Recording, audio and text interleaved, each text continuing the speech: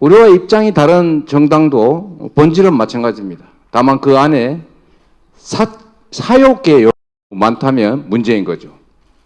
이 보수 또는 뭔가 정당, 국민의 정당 이런 걸 표방하지만 자세히 들여다보면 사적 이익에 몰두하는, 나라가 망하더라도 국민들이 고통받더라도 자신이나 자신들 주변의 이익을 챙기는 그런 못된 정치 집단도 있긴 하다. 그렇죠? 그럼에도 불구하고 정치 세력들은 기본적으로는 국민의 더 나은 삶을 책임지는 대리인들이기 때문에 잘하게 만들어야 되겠죠. 못하니까 그냥 내쫓자, 이것만으로는 더 나은 세상을 만들기 어렵습니다. 그래서 반드시 국민의 삶에 도움이 되는 민생에 관한 것이라면 협력하고 마음에 안 들어도 좀 더 양보하고 그러면서 하나의 의견으로 만들어서 실적을 내야 되겠죠. 그래서 협치라고 하는 것도 매우 중요합니다. 무조건 반대할 일은 아니죠. 그러나 그 안에 잘못된 길로 간다면 강력하게 맞서 싸우고, 그리고 우리가 국민들에게 제시한 정책들을 어떻게든지 최대치로 실천해서 우리가 더 나은 국민의 대리인임을 증명하는 것과 동시에 누가 더 잘하나를 경쟁하게 만들어야 된다. 그러지 않습니까? 그렇게 만들 더불어민주당의 지도부를 지금 뽑고 있습니다. 지금 설왕설래가 많지만 분명한 것은 민주당에 대한 국민들의 기대는 뚜렷합니다. 개혁해라. 개혁이 뭐겠습니까? 개혁하면 뭔가 혼란스럽고 좀 기득권하고 부딪혀서 균열, 갈등 생기고 시끄럽고 이러니까 하지 말자. 이런 관념들도 있고 이걸 누군가가 조장하기도 하지만, 그러나 지금이 유토피아도 아닌데 우리가 유토피아를 만들 수는 없지만, 그러나 더 나은 세상을 향해서 나아가야 하고, 그거는 더 많은 사람들이 더 나은 삶이 가능하게 해야 되기 때문에 불가피하게 지금의 잘못된 것들을 고쳐나가야 되겠죠. 개혁이라고 하는 게 뭐겠습니까? 소수 기득권이 가지고 있는 부당한 이익들을 정상화해서 더 많은 사람들이 기회와 이익을 누리고 희망 가지고 살게 하는 것이겠죠. 이것은 개혁은 불가피하게 기득권자들을, 기존에 뭔가를 고친다고 하는 것은 그 안에서 부당하게 이익을 보던 것을 잃게 된다는 뜻이니까 당연히 반발하겠죠. 그 반발도 부당한 것은 아닙니다. 그건 인간이 자기 욕망을 충족시키기 위해서 당연히 있을 수 있는 일이죠. 그걸 부당하다고 욕하는 것이 아니라 설득하고 또 제도로 만들고, 그래도 안 되면 국민이 부여한 권한을 행사해야 된다. 그게 바로 실용적인 민생 개혁의 길이다. 저는 그렇게 생각합니다. 동의하십니까? 그리고 여러분도 인생을 살면서 알겠지만 세상에 한 방이 어디 있습니까? 저 로또 잘 안 사요. 주는 건 받습니다. 받아서 열심히 확인합니다. 근데 그 로또를 받으니까 뿌듯하긴 하더군요. 예? 가능성은 870만 분의 1이긴 한데, 그래도 1,000원, 2,000원 현금 주는 것보다는 로또 그 당첨 가능성 있는 걸 주면 사람들이 좋아한다고 해요. 사람들의 그 요행의 심리 같은 걸 이용하는 거죠. 세상에 한방 요행은 없습니다. 그걸 추구하면 결국은 실패할 수밖에 없죠. 통계적으로. 물론 아주 극히 우연적으로 그게 성공할 수 있겠지만 일반적으로 성공하기 어렵습니다. 정치도 마찬가지입니다. 국민의 신뢰를 받는 실적과 성과라고 하는 것도 어느 날 획기적인 아이디어를 내가지고 이전에는 아무도 생각하지 못한 정말 혁명적인 그런 정책을 내서 한꺼번에 뭔가 확 바꾸는, 큰 비용 들이지 않고 엄청난 혜택을 만들어낼 수 있는 그런 거, 우리는 그런 것들을 상상하지만 사실 세상에 그런 건 없는 거죠. 정책들 다 들여다보면 전에 누군가가 다 얘기했던 거예요. 결국은 그 수많은 정책들 중에서 누가 실천하느냐죠. 그리고 압도적 다수가 혜택을 보는 세상이 확 바뀌는 혁명적인 정책, 그런 것은 없기 때문에 제가 가진 신념으로는 할 수 있는 것을 가능한 범위 내에서 최대한 많이 부지런하게 한다. 그래서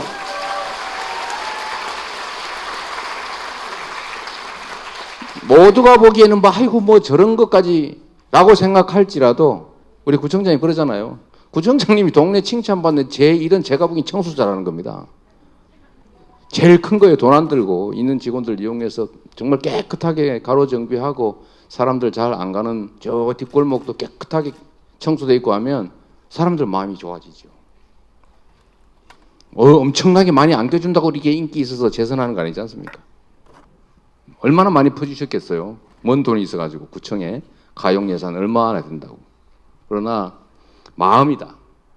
작은 것들을 차곡차곡 콩알을 모으듯이 성과를 쌓아가면 결국은 거기에 쌓여서 티끌이 태산이 되시듯이 큰 변화가 만들어지는 것이죠. 국민들은 저는 그런 걸 기대한다고 생각합니다.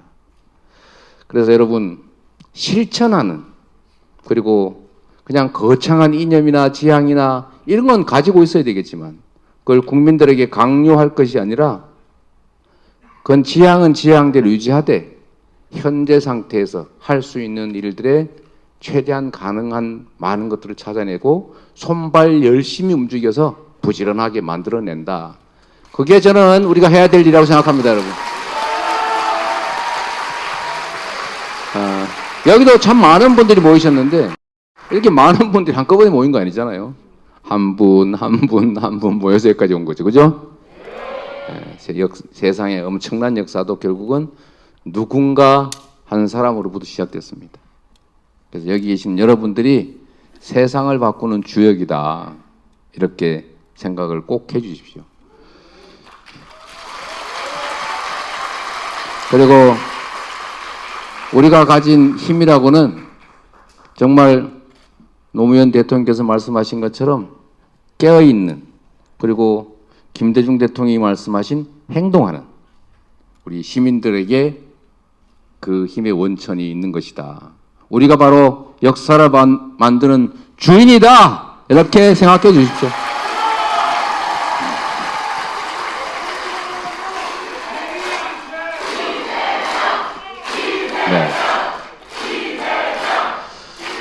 네, 당을 혁신하고 그리고 협치하되 강력한 민생개혁정당을 여러분과 함께 만들어 가겠습니다. 고맙습니다.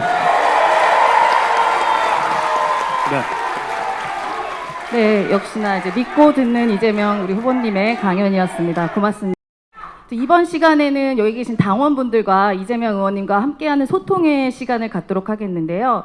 여기 많은 분들 계시지만 저희가 시간 관계상 손을 드시면 제가 지목해서 몇몇 분들에게만 질문 기회를 드리는 점 좀 양해 말씀드립니다.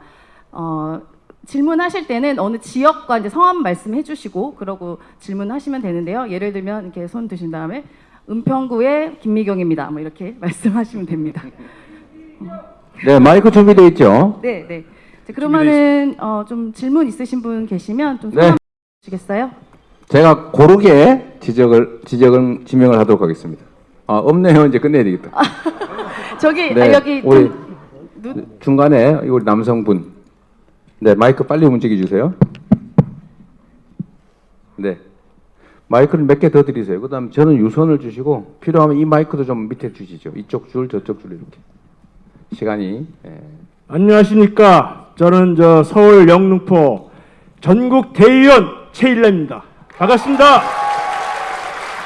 저는 이번 전당대회에 이 원주부터 해서 줄거 이제 전국을 순회하는 일벌 행했습니다. 근데 불행하게도 우리 위원님의 후보님이 이거 전당대회 유세장에서 연설하실 때 저는 그걸 보고 싶었는데 입구에서부터 출입을 통제해가지고 너무너무도 아쉬웠습니다. 그래서 우리 여기 개딸들도 많이 있는데 더운 데서 또는 비 오는 데서 화장실도 바로 밑에 경양식집을 사용하게끔 하는 충청도도 있었습니다. 네. 너무 아쉬웠던 것이고 앞으로 우리 당대표가 되시면 이런 우리들의 불편함을 꼭 해소시켜주기 바랍니다. 네. 네, 저도 사실은 대의원만 있다 그러고 안에 들어가면은 뭐 한 2, 300분 이 정도밖에 안 계셔 썰렁한데 그 밖에 떼학볕에 우리 당원 동지들 그중에 상당수의 권리 당원들 들어가지도 못하게 하는 거 보니까 참 깝깝하다 이렇게 생각했는데 제가 강원도를 갔더니 거긴 또 권리 당원들을 출입을 시키고요 도당 차원에서 그게 이제 대의원분들이 너무 숫자가 적다. 그래서 아마 권리당원들 확인받고 이 사전에 신청을 받았다고 해요. 뭐 그래도 한 200분이 넘지 않으시는 그런 상황이었습니다. 맞습니다, 여러분. 어려움이 있겠지만 원하는 최소한 권리당원들, 투표권을 가진 권리당원, 뭐 예를 들면 장소를 아니 2층 객석으로 가라든지 여기는 대의원 자리, 요 아닌 데는 다른 뭐 일반 당원들, 권리당원들 들어갈 수 있는 자리. 이렇게 해서 하면 약간 번잡하더라도 충분히 해결할 수 있을 것 같습니다. 저는 앞으로 민주당이 진정한 당원 민주주의가 실천되는 당원의 당으로 바꿔야 되겠다 그 생각하고 있습니다. 가장 말씀드린 것처럼 이 당원분들의 생각하고 또 다른 당 지도부 이쪽의 생각이 너무 달라요. 물론 같을 때도 많습니다만 너무 다를 때가 많고 그럴 때 또 일부 이제 논란들이 있지 않습니까? 당원들이 지금 이번 대선에 지읍해서 새로 입당한 분들도 많으시고 우리가 보통 당원 모임을 하면 전에는 나이 드신 남자 당원이 좀 많았어요. 근데 좀 훌륭한 분들이죠. 아주 30년, 뭐 40년 이렇게 당원 활동하신 분들. 근데 지금은 구성이 좀 많이 바뀌고 있어요. 어느 쪽이 반드시 옳다는 건 아니지만 그래도 새로운 이제 당원들도 많이 들어오시고 또 새로운 당원 여러분들의 욕구는 내가 직접 하겠다 이런 욕구가 상당히 강한 게 사실입니다. 좀 뭐라 그럴까요? 새로운 세대들의 이제 삶의 양식과 관련이 좀 있어요. 그 이전에 저희 같은 세대들은 인내가 덕목이었는데 지금의 젊은 세대들은 합리성이 덕목이 됐습니다. 부모가 또는 언니 오빠가 이렇게 시켜도 불합리하면 수용하지 않죠. 근데 저희들은 형이 시키면 그냥 말없이 했어요. 뒤에서 공시렁거릴지언정. 그게 이제 문화인데 이 문화들도 바뀌어가고 있습니다. 그래서 당도 우리 당원들의 권한을 좀 키워주고 역할도 키워주고 그래야 재미있어서 또 당도 많이 들어올 것이고. 지금 우리가 지방선거 때문에 이제 권리당원이 된 분들이 사실 상당히 많이 있습니다. 많이 있는데 이제 좀 줄어들 수 있어요. 또 그래도 또 다시 이제 선거가 인접하면 또 늘어나곤 하는데 평균 100만 이 정도로 옛날에 평균 한 6, 70만, 5, 60만 이 정도 지금 100만대 전후가 됐고 저는 우리 앞으로 권리당원 규모를 한 200만 정도까지도 늘리고 그리고 각 지역위원회에서 지금 당원대회도 좀 별도로 하고 그러니까 정기적으로 할 수 있게 지원을 하고 권장하고 꼭 필요하면 최소한의 의무로 할 수 있게 만들고 또 그 속에서 당원들이 토의하고 또 지역위원회 구성도 참여하고 좀 그렇게 할 수 있게 하려고 합니다. 이번에도 아마 대의원, 전국 대의원 또 대의원의 새로이 이렇게 내가 하겠다 이렇게 신청한 분들이 상당히 많았다고 그래요. 저번보다는. 전에는 거의 이제 지명하다시피 했는데 이번에는 내가 권리당원 몇 명 서명 받아가지고 신청한 분들이 많았다고 합니다. 이 중에 본인이 신청해가지고 대의원 되신 분들 손 한번 들어보세요. 꽤 있죠. 전에는 거의 볼 수가 없었습니다. 근데 어쨌든 이게 조금씩 제도화 돼가고 있는 거죠. 어쨌든 당원의 당, 국민의 정치 이걸 우리가 꼭 만들어야 되고 그 길을 첫 번째 당원의 지위 역할 강화가 있습니다. 저는 우리 당원들께서 혹시 일부 세상에는 다 일부 특이한 분들이 있잖아요, 그죠? 하지 말라는데 굳이 좀 폭력적 은행을 하는 이 중에는 그런 분 없죠? 그렇게 하면 본인의 주장이 관철되기보다는 오히려 본인의 입지가 약화된다. 성질 먼저 내는 사람이 진 거죠.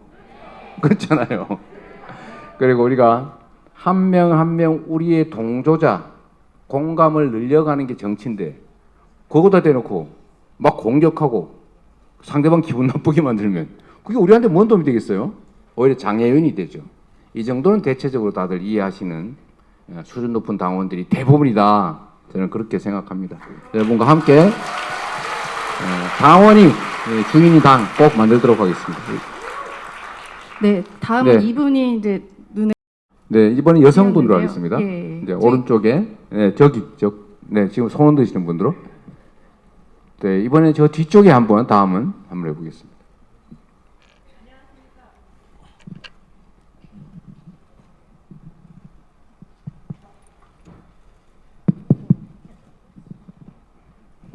안녕하십니까. 관악구 의회에서 온 손숙희입니다. 후보님, 저는 특별히 좀 부탁을 받고 왔습니다. 저희 주민분께서 후보님 만나면 꼭 좀 얘기 좀 해달라고 그래서 TV 좀 편하게 보고 살자. 요즘 여당 당내에서도 이 분열되는 그런 싸움으로 인해서 우리 국민들이 많이 피로감을 호소하고 있는데 우리 더불어민주당도 만만치 않다고 생각되어집니다.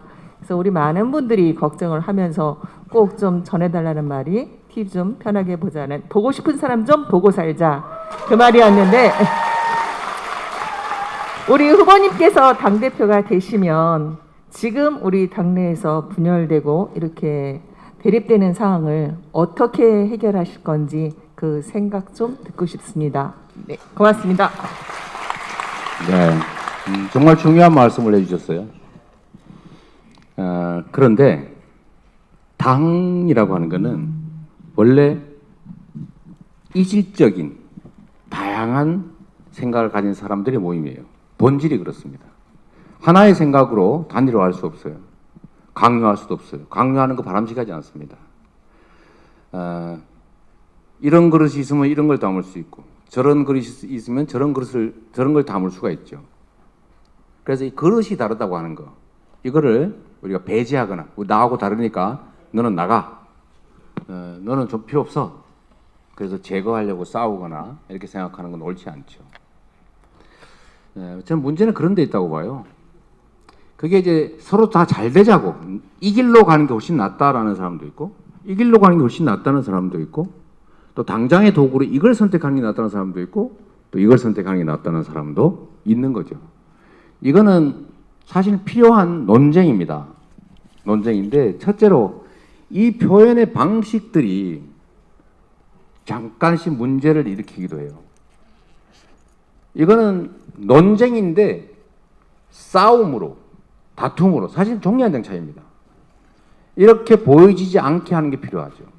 그래서 우리가 주장하되 예의와 형식과 절차를 갖춰서 하는 거하고 우격다짐으로 던지는 거하고 완전히 다르죠.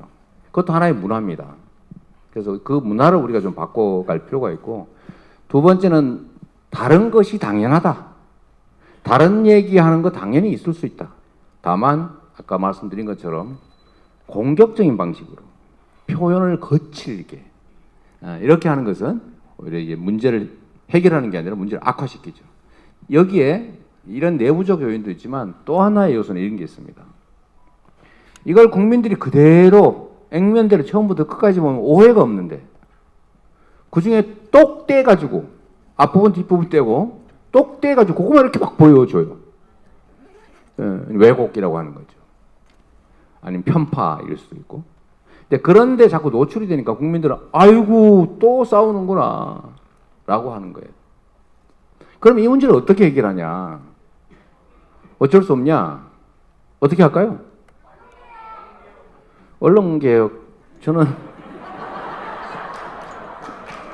그게 만만치가 않습니다. 만만치가 않습니다. 제도를 바꾼다고 문제가 해결되느냐? 문제 해결에 도움은 됩니다. 그 노력도 해야 되겠지만 저는 그것보다는 우리 당이 국민과 직접 소통을 최대로 늘려야 된다고 생각해요. 그래서 우리 여기 유튜버님들 계시잖아요. 사실은 뭐 지금 여기 어디 가셨나? 예, 많이 일이 하나도 글자가 안 보여요. 예. 여기 유튜브로 보시는 분 대개 합치면 그래도 한 몇만 되지 않을까요? 예, 그것도 나중에 또 돌려보는 분 계시고 이런 건 보통 좀 뭐 팔로우 많은 분들은 한 몇만씩 보죠. 그 제가 약간 이상한 짓 했다 이러면 확 늘기도 하고.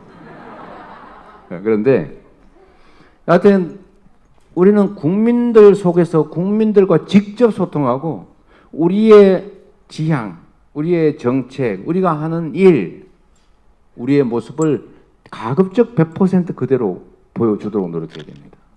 역시 우리도 뭔가를 통해서가 아니라 우리가 직접 국민 속에서 국민이 뭘 원하는지를 직접 보고 직접 듣고 방법은 다양하겠죠. 직접 몸으로 갈 수도 있고 요즘 얼마나 좋습니까?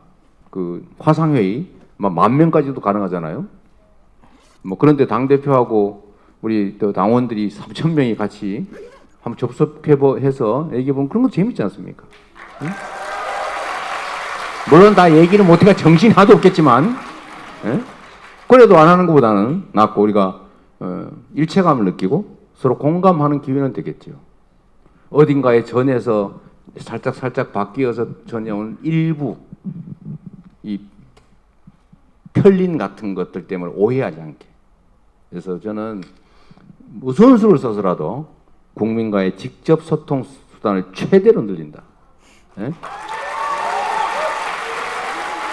플랫폼도 만들고, 그죠? 그 안에 들어와 서로 뭐 의견도 나누고, 당의 의견도 내고, 당이 뭘 하는지도 그걸 통해서 알려주고, 이런 것도 필요할 테고. 저는 가능하면 우리 대변인 중에 커뮤니티 담당 대변인 같은 것도 줘서, 예? 뭔가 오해가 생기면 커뮤니티에다가 이건 사실 이렇습니다라고 쭉 한번 올리면 한 명이 하루에 50군데 올렸다. 그럼 최소한 1,000명만 봐도 얼마나 큽니까, 그게. 또 전파 되겠죠. 그럼 오해가 안 생긴다. 제가 당헌 80조 얘기도 사실은 좀 그런 게 있는데, 이분, 여러분들 중에, 야, 저거 하면 바로 정지되는 거지, 즉시 정지되지, 이렇게 생각하는 분이 꽤 많은 것 같아요. 근데 그렇지 않아요. 그 당헌 한번 읽어보면 그래 돼 있어요. 즉시 정지하고 징계를 요청할 수 있다. 사무총장의 재량 조항입니다. 네? 그냥 아무 문제 없어요. 물론 그런 의견도 있지요. 있는데 무슨 일이든지 이게 손익이라고 하는 게 있어요. 손해 보는 게 있어요. 익이 있어요. 또 선후경중이라고 하는 게 있죠. 그래서 이런 걸 잘 고려해야 됩니다. 종합적으로. 뭐에 집중할 때냐, 어디에 주력할 것인가, 어떤 것부터 할 것인가, 이런 데서 우리는 매우 효율적 수단을 선택해야 되는 거죠. 네, 그게 결국은 그게 결국은 실력일 수도 있습니다. 그래서 국민과의 직접 소통을 저는 여러분도 나중에 아이디어들을 좀 내십시오. 이렇게 하면 됩니다. 국민과 직접 소통하려면. 저는 최고위원회의도 공개회의, 예를 들면 비공개회의 될 거 아니면 공개회의하고 방법이 있을지는 모르겠는데 그냥 그거 방송사를 통해서 보게 하지 말고 그냥 생중계로 최고위원회 보면 재밌지 않겠어요? 응? 우리 찬대 우리 영료 경태 의원께서는 어떻게 생각하십니까? 네, 재밌겠죠. 그리고 막 얼굴 알리려고 우리 최고위원들도 막 그 현장 가서 이럴 필요 없이 제가 보니 그거 하면 동시 접속하거나 해서 보는 사람이 최소 수만 단위가 될 거고 그냥 지속적으로 반복적으로 보는 거 하면 제가 보니 100만 원 가뿐히 넘길 것 같아요. 그렇잖아요.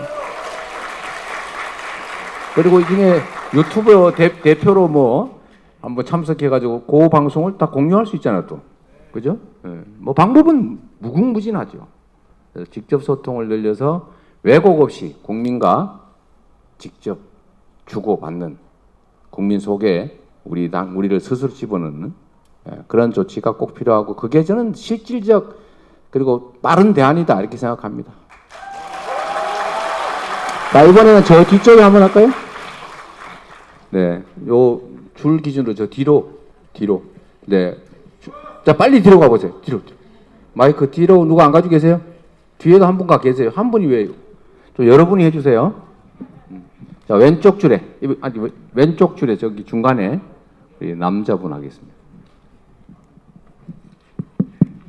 네, 마이크 드신 분들을 좀 더 배치해 주세요. 네, 자, 한 분 앞에 계시고 한 분 거기 뒤에 계세요.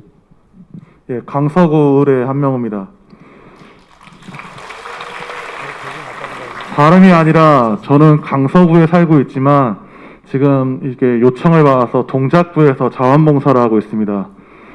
이 극동아파트라고 하는 곳에 수재민이 550명이 발생했습니다. 그 옹벽이 무너져서 그렇게 됐고요.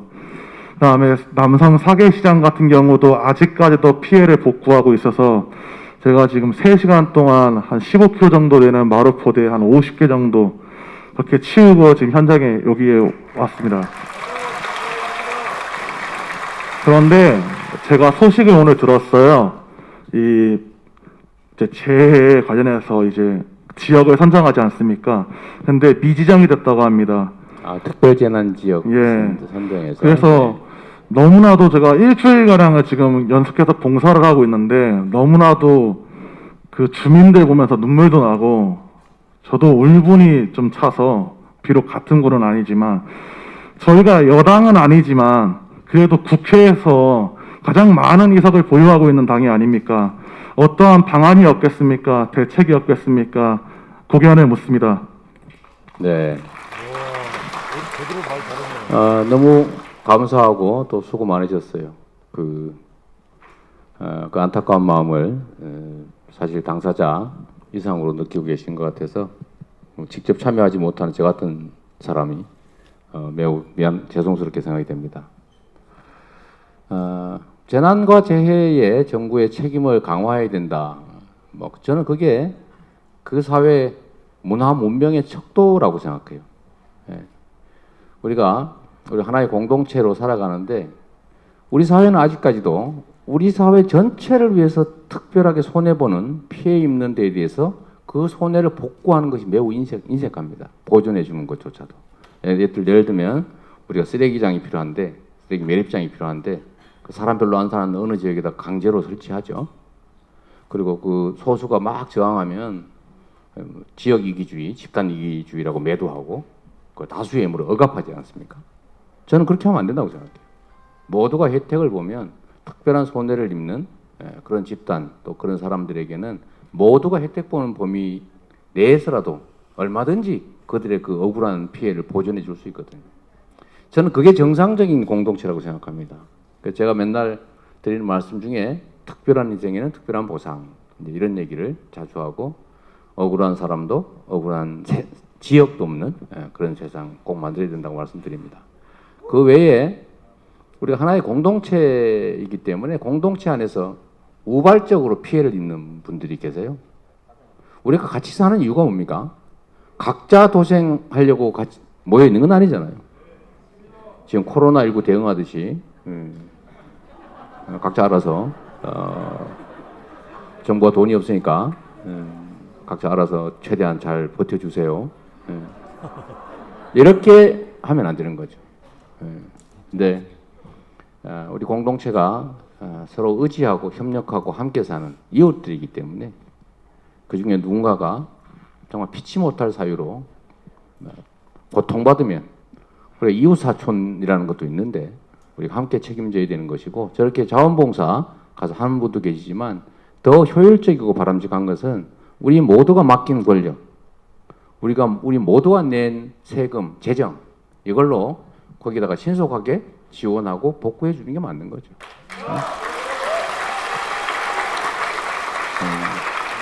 우리는 아직까지 이런 공동체 문화에 대해서 매우 인색하고 부족한 게 사실입니다. 네가 재수 없게 피해를 입었으면 네가 알아서 하는 거지. 그걸 왜 우리가 책임져야 돼? 그냥 정말 자선할 사람 자선하시고 자원봉사 하실 분 하시고 그냥 법에 명확한 근거도 없으니까 우리는 몰라. 각자 알아서 이런 걸 기본적으로 좀 고쳐긴 해야 됩니다. 근데 그 중에 아마도 지금 이제 특별재난지역 선포 문제는 그 요건이 좀 까다로워요. 정부가 돈이 들어가니까 예를 들면 일정 범위를 넘어야 되고 일정 규모 이상이어야 되고 뭐 이런 게 있죠. 근데 그게 어떻게 가능할지는 제가 구체적으로 검토 안 해봤습니다만 우리 당에서도 우리 의원님들도 계시니까요. 당에서도 가능한 방법을 찾아서 정부에 좀 요청을 하는 걸로 서영교 의원께서 네 하셨으니까 잘 좀 챙겨보도록 하겠습니다. 자, 다음은 우리 맨 앞줄에 네. 네, 안녕하세요. 저는 광진구에서 온 양현지라고 합니다. 의원님께서는 되게 대담하고 이래서 외향적으로 보이시는데 사실은 되게 내향적이시잖아요. 수줍음 많으시고. 그거 어떻게 알았어요? 그래서 이렇게 사람이 많은데 오시면 사실 되게 기가 빨리시잖아요. 길을 받아요, 어제. 받으세요? 아니, 조금 네. 갈수록 조금씩 수척해지셔서 만약에 뭐 주말 같은 경우에는 막 하루에 지역을 3곳씩 다니시기도 하고 이러시는데 집에 가셔서 어떤 식으로 힐링하시고 요즘 보신 음식이 뭔지 좋아하시는 건 뭔지 궁금해서요. 자, 참 어려운 질문입니다. 자칫 잘못하면 큰 오해를 살 수도 있어서. 근데 뭐 말씀은 맞습니다. 말씀은 맞고, 사람들을 많이 만나면 그 사람들에 따라서 피곤하고 힘들기도 하고 또 에너지가 또 생기기도 해요. 여러분 같은 분들을 만나면 힘이 많이 납니다. 네. 여러분, 그러자고 우리가 모이는 거 아닙니까? 서로 힘내자고. 진짜 서로 힘됩니다. 아까 표현하신 것처럼 많이 만나면 길을 빨리거나 그러진 않습니다. 뭐 그럴 때도 있죠. 그리고 어쨌든 체력 소모가 많으니까 그런 것도 있고, 제가 요새 배 안 나오죠. 이게 병원에서 권장하는, 제가 이렇게 저보고 자꾸 생각보다 키가 크네요 이런 분들 많아요. 왜 그렇게 된지 모르겠는데 제가 키가 말이에요 무려 171.6입니다. 근데 병원이나 이런 데 가서 가끔 재면 171.4가 나오는 경우가 있어요. 그래서 그때는 제가 다시 잽니다. 이렇게. 다시 좀 신경 써서 재면 다시 171.6이 나옵니다. 이유는 단순한데 6이냐 4는 정말로 중요하죠. 우리는 반올림을 하면 172가 됩니다. 그런데 171의 그 표준 체중이 65kg라고 해요. 지금도 제가 한 70kg 정도 되기 때문에 딱 좋아요.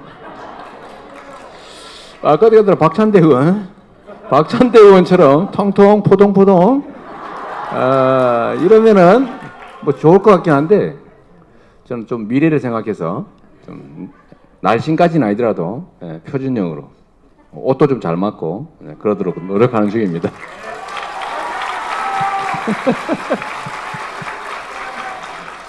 그래서 다른 분들 살 빼려도 잘 안 되는 사람 많아요.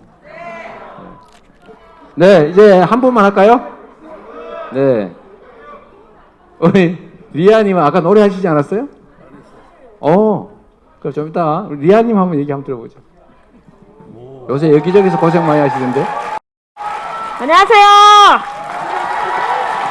네. 노래하려고 일어나신 거예요? 아니요. 저는 당에 일 좀 시키려고 부탁을 좀 여쭤보려고 왔습니다. 네. 은평구에서만 제가 만 33년을 살았는데 은평구에 정말 입에 다 말씀드리지는 못할 만큼 문화예술인이 많이 나왔거든요. 그래서 여쭙습니다. 근래 대한민국의 위상을 세계에 알리는 것 중에 가장 큰 역할을 한 것이 문화예술입니다. 그런데 여당은 아무 생각이 없고요. 그런데다가 우리 당도, 여당도 요즘 당내외 사건 사고들이 너무 많아서 문화예술에 대한 정책 이슈들은 제일 뒤로 밀리고 보이지 않는 실정입니다. 현 정부는 시책에서 시책을 홍보하거나 시도되는 것도 전혀 없는 것 같아요. 그래서 이재명 의원님께서 당대표를 하신다면, 더불어민주당에서 추진할 수 있는 문화예술 정책들이 무엇이 있을까요? 지금 문화예술체육위원회, 우리 홍영표 위원장님을 비롯해서 우리 당 의원님들이 많이 포진을 하고 계시죠. 무엇을 어떻게 하고 싶으십니까? 네. 홍익표 우리가- 의원님. 우리가 이제 우리 사회 영역을 나누면 제일 먼저 떡 도는 게 정치, 경제, 사회, 문화. 맨 뒤로 가죠. 문화 중에 이제 예술, 체육 뭐 이런 까지. 그런데 말씀하신 것처럼 문화 예술은 각자 알아서 하는 것이다 라는 생각들이 우리 정치인들도 그렇고 공무원들 사이에도 그게 만연하죠. 그리고 저는 문화라고 하는 문화 활동이라고 하는 거, 예술 활동이라고 하는 거는 사실 그 자기가 혼자 뭐 예를 들어 그림을 그리고 뭐 창작하고 이래서 자기 혼자보다 버리는 거 아니잖아요. 다 이제 외부로 드러난단 말이에요. 그 우리 사회의 공공 자산이 되죠. 그래서 문화 예술 활동은 사실 지원에 비해서 가지는 결과, 효과가 생각보다 많습니다. 물론 그 중에 이제 돈으로 이제 전자계산기를 두드려 봐서 얼마 벌었다. 이럴 수 있는 것은 그 중에 극히 일부에 불과하죠. 그래서 제가 사실은 예술인 기본소득 같은 걸 도입하면 그 예술인들은 최저한의 삶만 보장이 되면 정말 자기가 평생 하고 싶은 문화 예술 활동하면서 행복하게 살 수 있거든요. 그게 국민들한테 우리가 줄 수 있는 것 아닙니까? 소액으로. 그런데 그들에게 최소한의 소득을 보장을 하니까 커덕커덕하죠. 김대중 대통령께서 문화예술 분야에 투자를 많이 하셨습니다. 많이 하셔서 그게 이제 싹이 트고 자라서 지금 이제 BTS 이런 것도 나오고 전 세계적으로 우리 영화 사실 뭐 맨날 우리가 우리가 어릴 때 자랄 때는 외화만 봤잖아요. 근데 요새 외국 영화 재미없죠. 너무 뻔해요, 그죠? 근데 우리 영화들 얼마나 아기자기하고 재밌습니까? 생각보다 오래. 근데 이게 그렇다고 뭐 돈이 뭐 무지하게 막 수백억 수천억 들어가는 것도 아니고, 근데 결국은 이제 시나리오, 창의성 이런 게 결국은 재산이잖아요. 그걸 키워줘야 된다. 그래서 제가 경기도에서는 시나리오 작가들 양성 프로그램을 한번 만들어 본 일이 있어요. 그래서 독립 공간들을 이렇게 부여하고 그 안에서 일정 기간 동안 아주 싸게 자유롭게 창작 활동할 수 있게 이런 것들을 만들어 인기가 아주 좋긴 했습니다. 물론 이제 규모는 뭐 크지는 않죠. 이걸 국가적 단위로 좀 늘려야 되고, 저는 앞으로는 문화의 시대가 온다고 봐요. 그러니까 전에는 기계의 시대였죠. 기계, 이 물질이죠. 이 기계가 많으면 부유한 나라였습니다. 그런데 앞으로는 기계나 이런 하드웨어가 아니라 창의성, 문화, 예술, 체육 이런 소프트웨어가 지배하는 사회가 옵니다. 이제는 생산 행위 자체는 사람이 하기보다는 기계들이 하죠. 기계와 장비들이, 그리고 그 안에 들어있는 기술이 해치웁니다. 그래서 사람들은 점점 여가 시간이 늘어나게 되고, 늘어나는 여가 시간은 어떻게든지 소비를 해야 되는데, 그 소비의 핵심은 놀이, 그냥 아주 편하게 얘기하면 놀이죠. 놀이로 채울 수밖에 없어요. 그 놀이의 핵심이 문화죠. 놀이의 핵심이. 그리고 더 안으로 들어가면 예술. 구체적으로 뭘 해야 될지는 전문가들이 만들어내겠죠. 전문가들이 만들어내겠지만 아까 말씀드렸던 것처럼 작은 투자, 작은 노력을 통해서 많이 할 수 있고, 그리고 성과를 쌓을 수 있고, 그 다음에 효율적으로 투입에 비해서 산출이 많은 부분이 대표적으로 문화예술 영역이다. 나중에 문화예술위원회나 이런 것들을 당내 공식 기구로 만들라 이런 요구도 많은데, 제가 그래서 그때 말씀하시고 알아봤더니 있긴 있더라고요. 있긴 있는데 이제 더 활성화할 수 있도록, 실질적 활동이 가능하도록 지원하고 또 만들어야 될 겁니다. 의원님들도 많이 계시니까 같이 만들어 가도록 하죠. 이런 게 사실은 전문가나 관심 있는 사람 몇이 모여가지고 밤낮 얘기해도 사실 더 이상 앞으로 나가지 못하는데, 저는 그게 우리 민주당의 당의 저변을 넓히는 하나의 방법이라고 생각해요. 그 주제를 가지고 국민 속으로 들어가자. 그죠? 그래서 각 분야의 사람들한테 의견 다 하고, 그 중에 할 수 있는 거 몇 개 골라서 실천하고, 그럼 또 더 많은 사람들이 또 참여하고, 그럼 그게 당의 저변을 넓힌 것이기도 하고 당의 지지를 확대해 나가는 길이기도 하죠. 근데 모든 분야에 그렇게 된다. 그러면 문화예술뿐만이 아니고 뭐 체육도 그렇고요. 하다못해 농업 부분도 그렇고 우리 사회는 쪼개면 무지하게 많은 영역들이 있죠. 그 영역들을 다 우리가 커버해 나가야 된다. 그리고 거기는 뭐 성과에 따라서 보상이 주어지는 그런 당내 시스템도 꼭 필요하겠죠. 그래서 여러분 그런 걸 사실 여러분들이 하셔야 되는 겁니다. 그냥 해라 이렇게 하면 못해요. 생각은 있는데 실천이 따르기가 어렵습니다. 일단 바빠요. 할 일이 많아요. 그런데 해야 될 일이 너무 많은데 그건 결국 누가 하냐? 여러분들이 해야죠. 여러분들한테 그렇게 할 수 있는 공간을 열어주는 게 당이 할 일이죠. 자, 이제 우리 리아님은 특별한 게스트로서 예외였고 이렇게 어려운 질문을 하실 줄 알았으면 내가 얘기를 안 할 건데요. 근데 진짜 한 분만 내가 꼭 이 얘기는 해야 되겠다 하시는 분, 우리 어르신, 어르신 말고 미안합니다. 하세요. 네, 섭섭하시겠네. 네, 우리 어르신 하고 저 뒤에 저 중간쯤에 젊은 여성 있으세요? 아까 손들었던? 네, 이분. 네. 이분한테 마이크 미리 좀 갖다 드리십시오.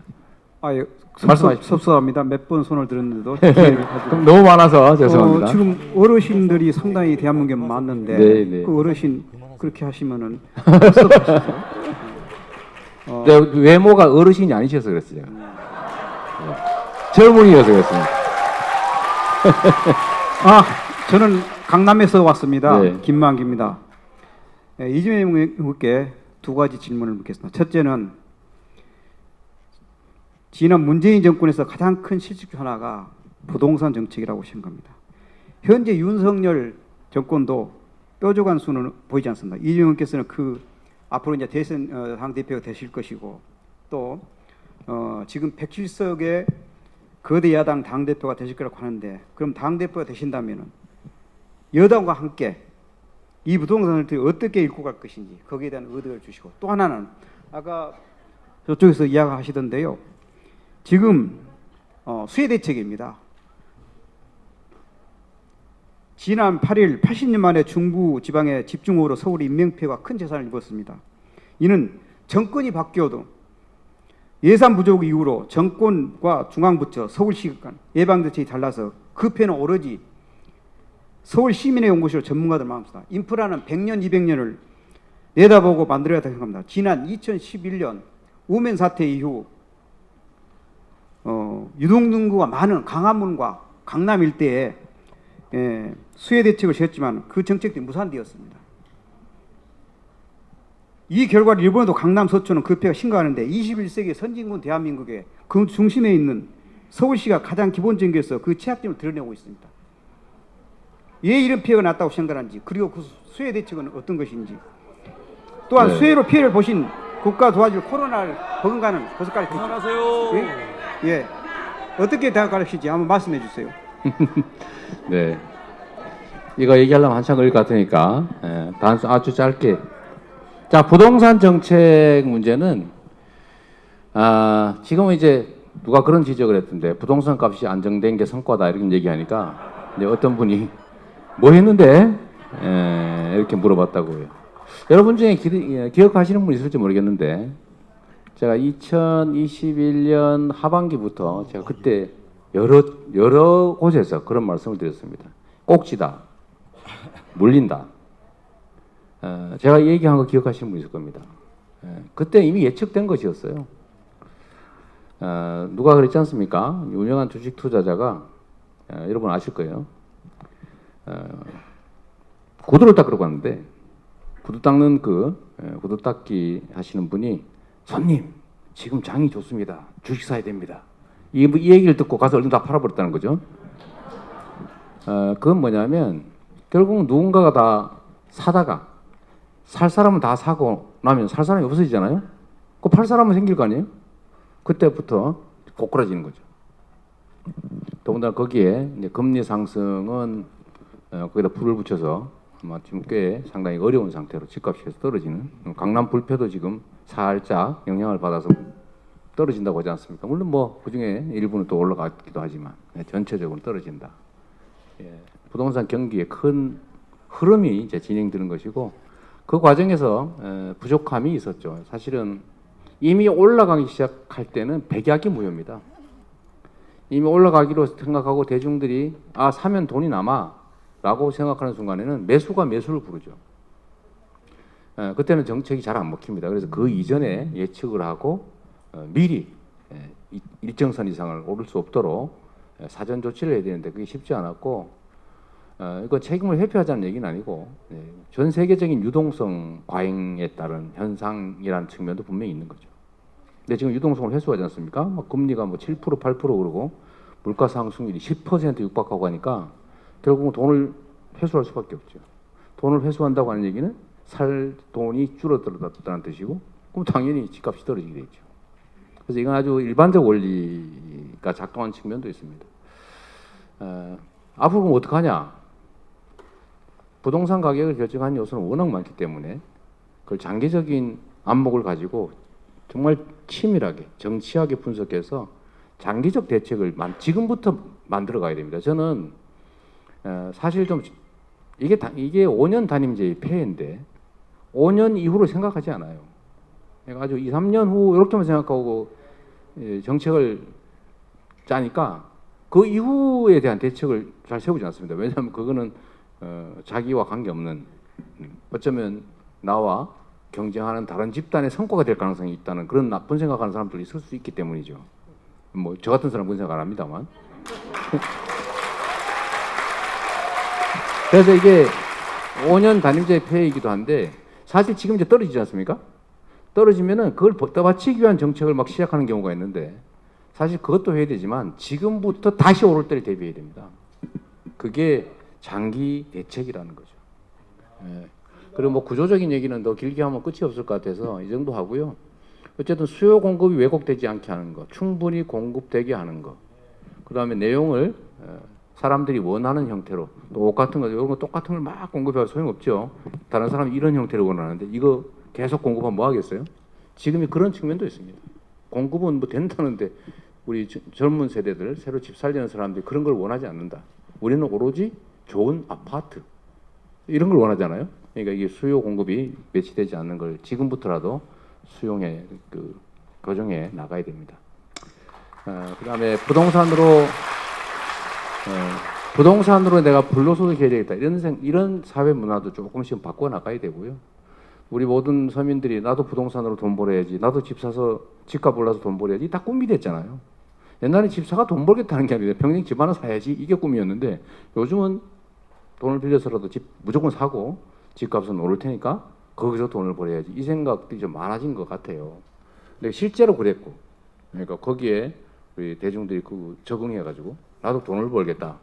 이 수단으로라도 난 자산을 늘려봐야 되겠다는 걸 누가 비난하겠습니까? 그래서 개인의 그런 것들 비난하기 전에 사실은 제도로 그런 것들을 합리적으로 이뤄낼 수 있도록 만드는 게 진짜 중요하죠. 예. 그다음에 뭘 또 하나 있었는데 다들 어려운 질문을 하셔가지고 수혜 대책. 네, 수혜 대책 뭐 잘해야죠. 제가 이게 이 100년 빈도 강우에 대비해야 되냐? 뭐 사실 요즘 설계는 다 100년 빈도 강우를 대비합니다. 100년에 한 번 올 정도의 강우량을 대비하는데 실제로 우리 도심들의 설계는 현재 시설은 대개 50년 빈도, 70년 빈도 이런 과거에 만든 것들이에요. 근데 100년 빈도 가지고 이제는 대응이 어렵습니다. 왜냐하면 기후 위기 때문에 이상 폭우가 너무 많아졌어요. 제가 보기엔 100년 빈도로 하는 게 지금 현재 아마 규정일 텐데 그것도 부족하게 될 겁니다. 제가 보기엔 한 200년 빈도 정도 해야 되는데 그렇게 만들어 놓으려면 지금 500년 만에 폭우가 막 쏟아졌다 이런 것도 많잖아요. 그죠? 근데 200년 빈도로 하려면 돈이 부지기 거의 뭐 엄청나게 듭니다. 쉽지는 않지만 차곡차곡 그 투자도 해 나가야 되겠죠. 그리고 이제 누가 그런 얘기도 했던데 저도 시장을 할 때 경험했지만 곧 이상하게 맨날 똑같은 동네에 맨날 수해가 발생한다는 거예요. 그 제가 뭘 해봤냐면 현황판을 붙여놓고 자 2007년도에 수해 입은 지역에 빨간 딱지를 붙인다. 빨주 노푸초 파남보로 2008년은 파란색, 뭐색, 먼색 해가지고 다 붙여봐요. 매년 난 거 자료가 있으니까. 자 쫙 붙여보니까요. 특정 지역이 집중돼 있어요. 그러니까 맨날 낮은 데가 나는 겁니다. 그래서 제가 그거를 전부 다 재난재 그쪽 담당관을 제가 제일 유능한 사람을 배치한 다음에 이거 잘하면 내가 승진시켜줄게. 실제로 제가 승진시켜 줬습니다. 제일 유능한 사람을 재난안전부서를 일부러 보내가지고 저는 뭐 어려운 일을 하는데 빨리 승진시킨다를 대원칙으로 했기 때문에 그 대중교통과 이런 데 안 하려고 그러잖아요. 장애인과 이런 거 안 하려고 그러잖아요. 제가 거기 가장 유능한 사람들 보내가지고 잘하면 승진시켜줬어요. 근데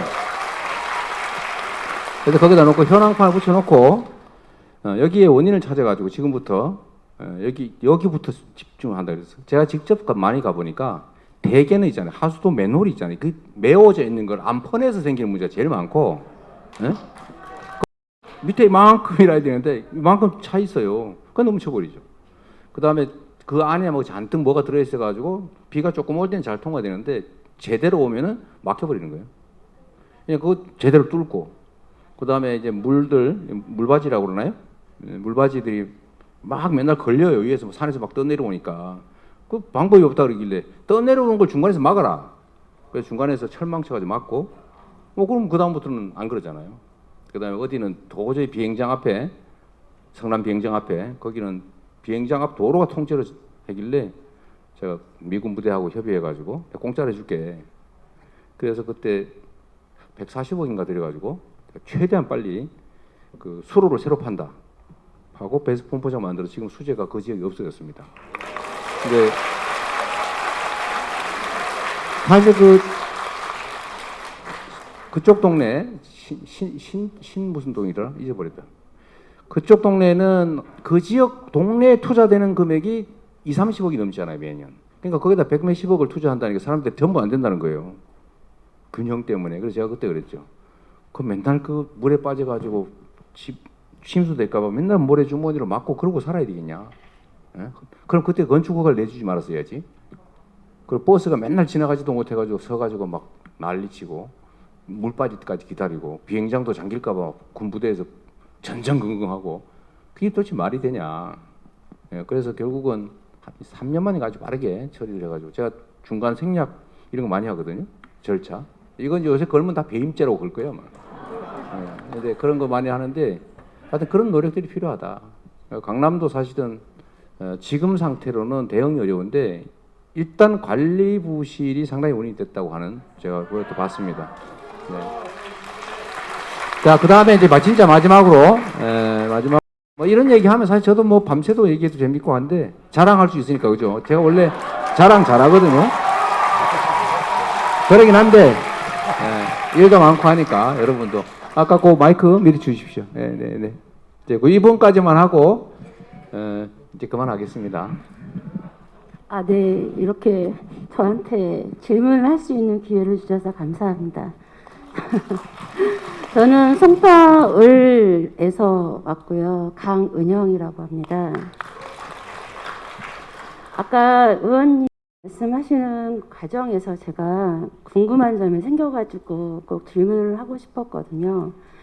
아까 지역 사무실에 대해서 지원하고 이런 부분들에 힘을 써주신다고 아까 말씀을 하셨는데 그렇다면 거기 지역 사무실 운영하는데 원외 지역 사무실도 같이 포함이 되는 건지 원외 지역 사무실 운영하는 게 되게 힘들거든요. 그래서 그 부분에 대해서 한번 질문하고 싶었습니다. 지금 하신 부분이 매우 중요한데 현실적으로 안 되죠. 지금은 지역위원회 사무실은 두는 게 금지되어 있습니다.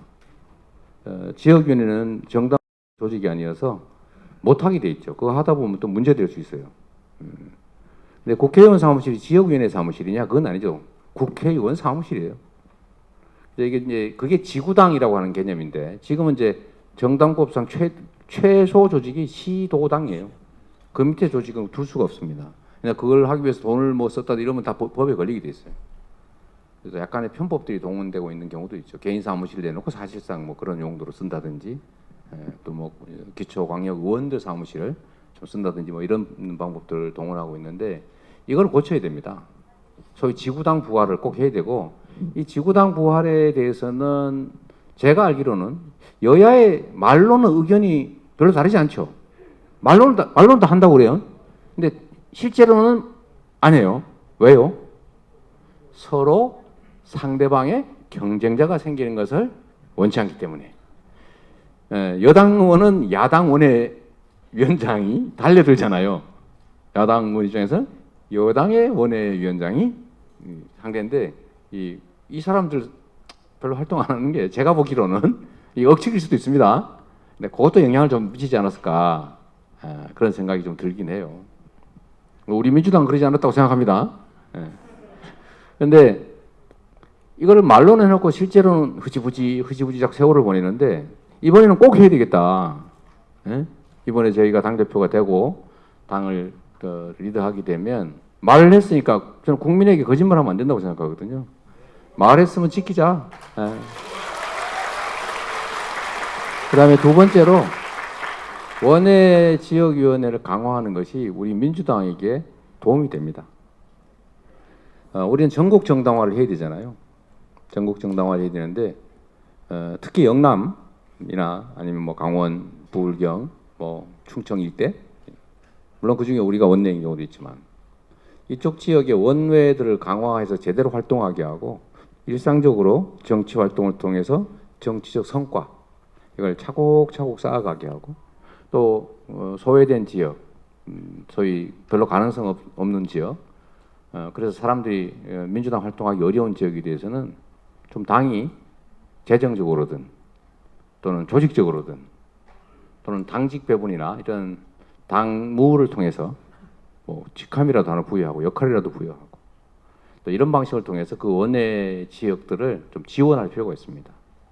그래야 우리가 전국 정당화라고 하는 게 가능하고 정말 우리 호남에서는 80%가 넘는 압도적 지지를 보여주시지만 영남 지역이나 이런 데서는 지지율이 매우 낮잖아요. 근데 정치는 그런 것 같아요. 우리 다 지는데도 우리 은평구청장님은 당선되시잖아요. 실력이거든, 실적 이런 건데 정원호 구청장, 이 소위 한강벨트 인근 구청장 중에서 다 졌지만 유일하게도 압도적으로 이기잖아요. 이런 거 인정해줘야 되는데 그 뿌리는 평소에 잘해서 그런 거예요. 선거운동 열심히 막 한다고 잘 되는 게 아니거든요. 그래서 저는 정치도 농사 짓는 거와 같다. 사람의 마음을 얻는 것인데 농사 짓는 거와 같아서 봄에 아무 소출도 없지만 힘들긴 하지만 밭을 갈아야죠. 그리고 여름 되면 떼약볕 밑에서 김을 매야지. 그래야 가을에 추수할 게 있잖아요. 근데 대개 보면 여름에 농사 질 때는 어디 갔다가 가만 내비두고 가을에 추수만 하러 와요. 선거운동 아무리 열심히 하면 뭐합니까? 그 전에 이미 결판 나 있는 것을. 그래서 이걸 평소에 우리가 차곡차곡 쌓아야 된다. 사람 관계도 쌓고 신뢰도 쌓고 일을 통해서 성과도 쌓고 그래야 당의 토대가 튼튼해지고 또 교두보도 생기고 이렇게 해야 우리가 전국 정당으로 운수가 아니라 일상적인 상태에서도 실력으로 이길 수 있는 그런 정당을 우리가 꼭 함께 만들면 좋겠습니다. 고맙습니다.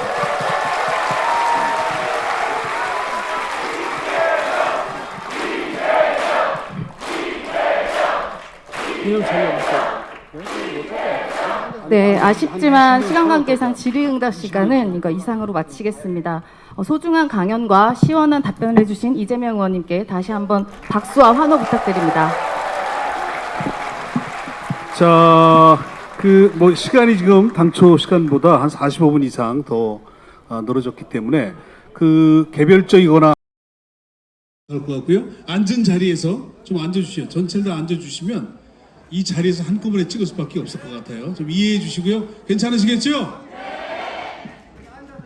예. 앉아서 찍는 걸로 해서 위에 있는 분 내려가시고 한꺼번에 전부. 자, 촬영하시는 분들은 이쪽 위로 올라오셔서 이렇게 한꺼번에 촬영하시는 분들. 이쪽으로 올라오세요. 비디오 촬영하시는 분들이.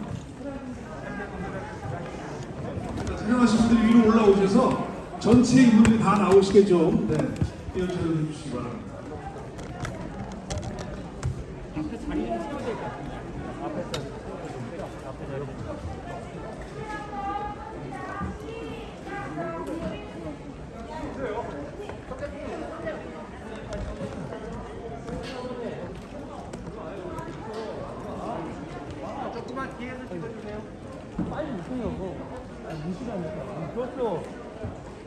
얼른 오세요, 얼른.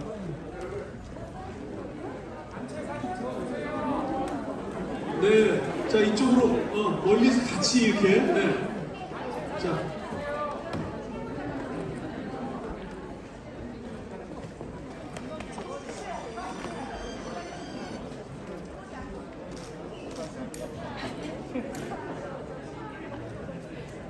자, 이쪽에 계신 분들이 이쪽 복도로 쪽으로 좀 나오셔서 같이 기념드리는 주시죠. 복도 쪽 같이 나와주세요. 네. 시간이 없어서. 구호하겠습니다. 네, 구호할게요. 제가 이재명과 하면 함께, 더불어민주당 하면 화이팅 하겠습니다. 이재명과 함께! 더불어민주당 화이팅! 박수 주십시오.